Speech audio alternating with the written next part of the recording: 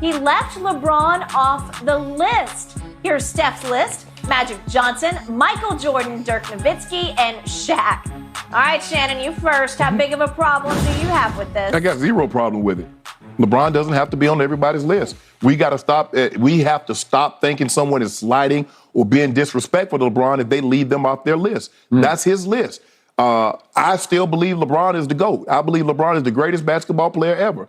But I don't have a problem with Steph Curry leaving him off. And if you listen to Steph explain it, he lets you know. He's like, look, I got great spacing, great spacing on the floor. I got Dirk, I have myself.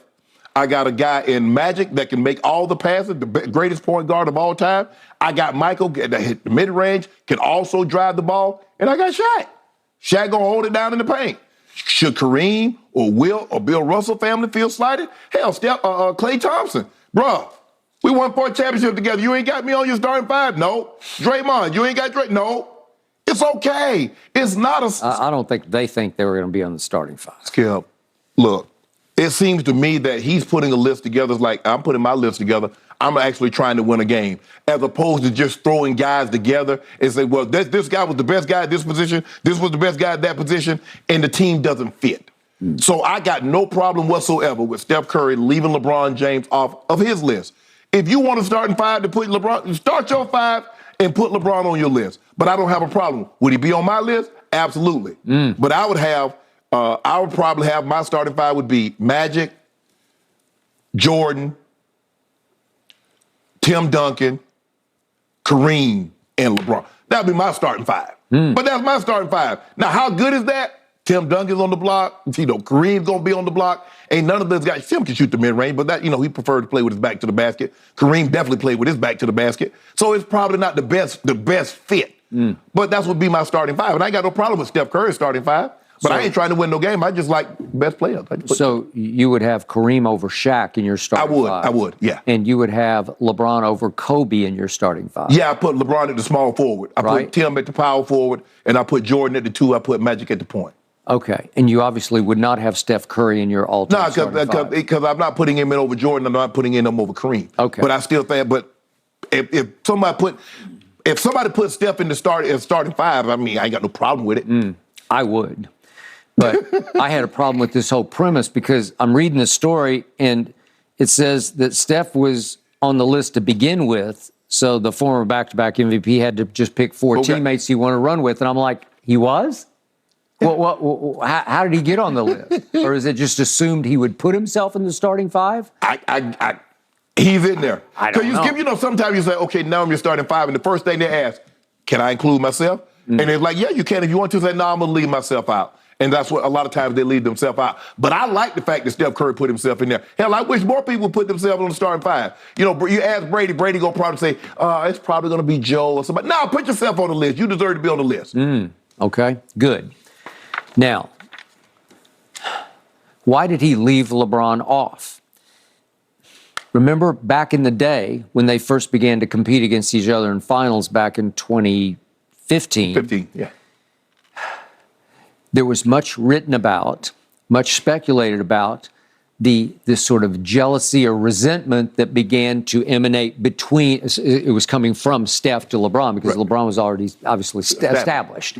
But that there was some negativity emanating from Steph's side toward LeBron. Okay. And I'm going to have to assume that you can read into this that there's still some jealousy factor or resentment factor between those two, or he just would have. Usually, what do you always tell me? You put your contemporaries in because you believe that we are better than they were because we evolved. We're just, our whole game has evolved to a higher level than their game was. I don't think they have the type of relationship, the adversarial relationship, because obviously they're competing against each other. But I think they have a much better respect, a profound respect for one another, because the last 2 seasons, LeBron has been their all-star captain, and he selected Steph Curry. Okay. So I think was he just trying to play up to him? Well, I think the thing is, LeBron was here. Steph is coming. Let's get back. Get back. I want you to get up on. Get back. I'm not trying to let you get up on the mantle with me just yet. So I'm fighting you off. I'm trying to keep you at arm's length, at arm's distance. Yeah. But Steph was able to climb up anyway. Well, hell, if you're up here anyway, I might as well just, okay, you here now. Okay. what was Steph's line about the possibility of acquiring LeBron at Golden State? Yeah. I'm good. Right. Right? Right. Okay, well, that told me I don't want to do that. Yet it was Steph who led the charge all the way across the country to recruit Kevin Durant to come save them from LeBron because they just knew what was coming. They were going to have to deal with LeBron at least 1, if not 2 more years, and it was 2 more years, right? Yeah. Okay, so he did that, which to me disqualified him as an all-time top 10 player. No, you got to put him in there because after what he did this year. He won the Finals MVP. He has 2 regular season MVP. He has 4 titles. Yes, Skip, I think now you have to put him in the top 10, and you had to bump some of the historically great players out. And he's still going. It's not to say that he's done. It's not like he's done. Look, excuse me, I think when you think 2 guards, Mike is universal. I think when you think point guards, Magic. I think Magic is universal. Absolutely. Skip, I don't look at Steph as a point. I don't. Because he tried to sell it as we'd have hybrid guards, and I'm saying, you ain't that guy. That guy's going to have the ball in his hands. Because Draymond normally initiates the offense, a lot of the offense. Agreed. So when I look not that Steph doesn't have a great handle, and he does. Tremendous handle. He does. But when I look at these guys in today's game, James Harden, Dame Lillard, Skip, those guys are 2 guards masquerading as points. Correct. And same thing with Steph. So I don't have a problem with LeBron being left off his list. But if I had a list, going on it. So if I had a list, this is who my list would be. It would start with the greatest player ever, the greatest of all time, and it ain't even close. So that guy is at the top. Okay. Magic is my point guard, and it's not even close. Because Jordan is as universal as Magic is, to your point. Right. Then Shaq is just the most destructive force I've ever witnessed. I'm not mad at you for putting Shaq. Okay, it's like I saw for 3 years, I saw unstoppable, I saw unguardable, I saw unrefereeable. Right. I've just never seen anything like it because he was the equivalent of a Lawrence Taylor football player playing basketball with extreme basketball skill. He was agile. He was nimble. You're never gonna see a man that size move like that. Okay, so I always say, just to my eye test, I'm going to give Shaq a slight edge over a Kareem who was all he is the greatest scorer ever until LeBron eclipses it. But again, the skyhook was virtually unstoppable. Yes. It's either he's going to make it or miss it because you're not going to block it. Correct. Okay. All right, but again, just on the terror factor, I'm going with Shaq slightly over Kareem, and you got Kareem in there. And if I got Shaq going head to head with Kareem, I believe Shaq wins that battle on a nightly basis. Okay. Then this is interesting to me because you put the great Tim Duncan, the greatest power forward ever,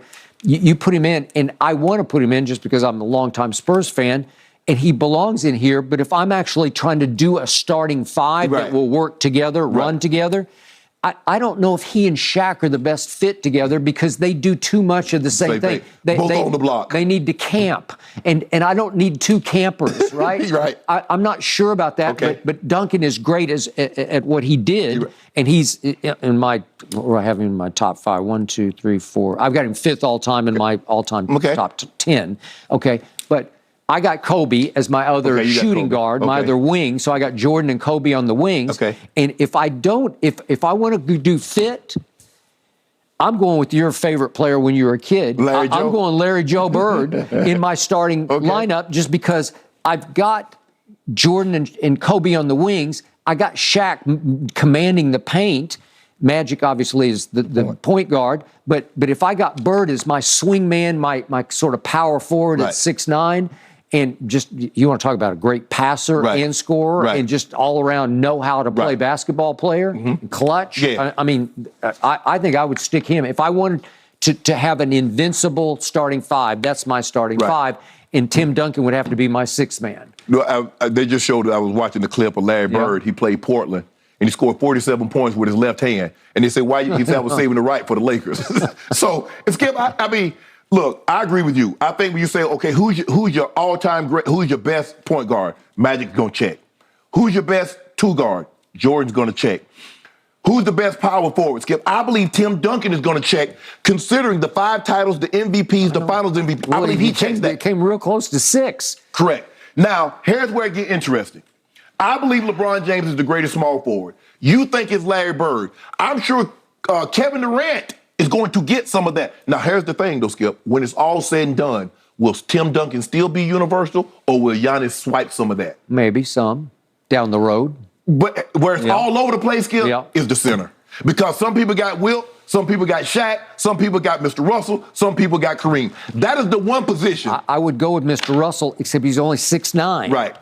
He was undersized for his time, but he dominated the 7'1" Big Dipper Wilt Chamberlain. Did he win more, or was he better? Well, it's hand in hand. Because, I mean, I don't know, Skip. But it's got to be universal. Greatest small forward ever lived. How can you not be? You about to be top 5 in assists, number 1 in scoring, with 4 MVPs, 4 Finals MVPs. Well, Steph got one thing right on his list: no Bron. And see, I knew you was going to do your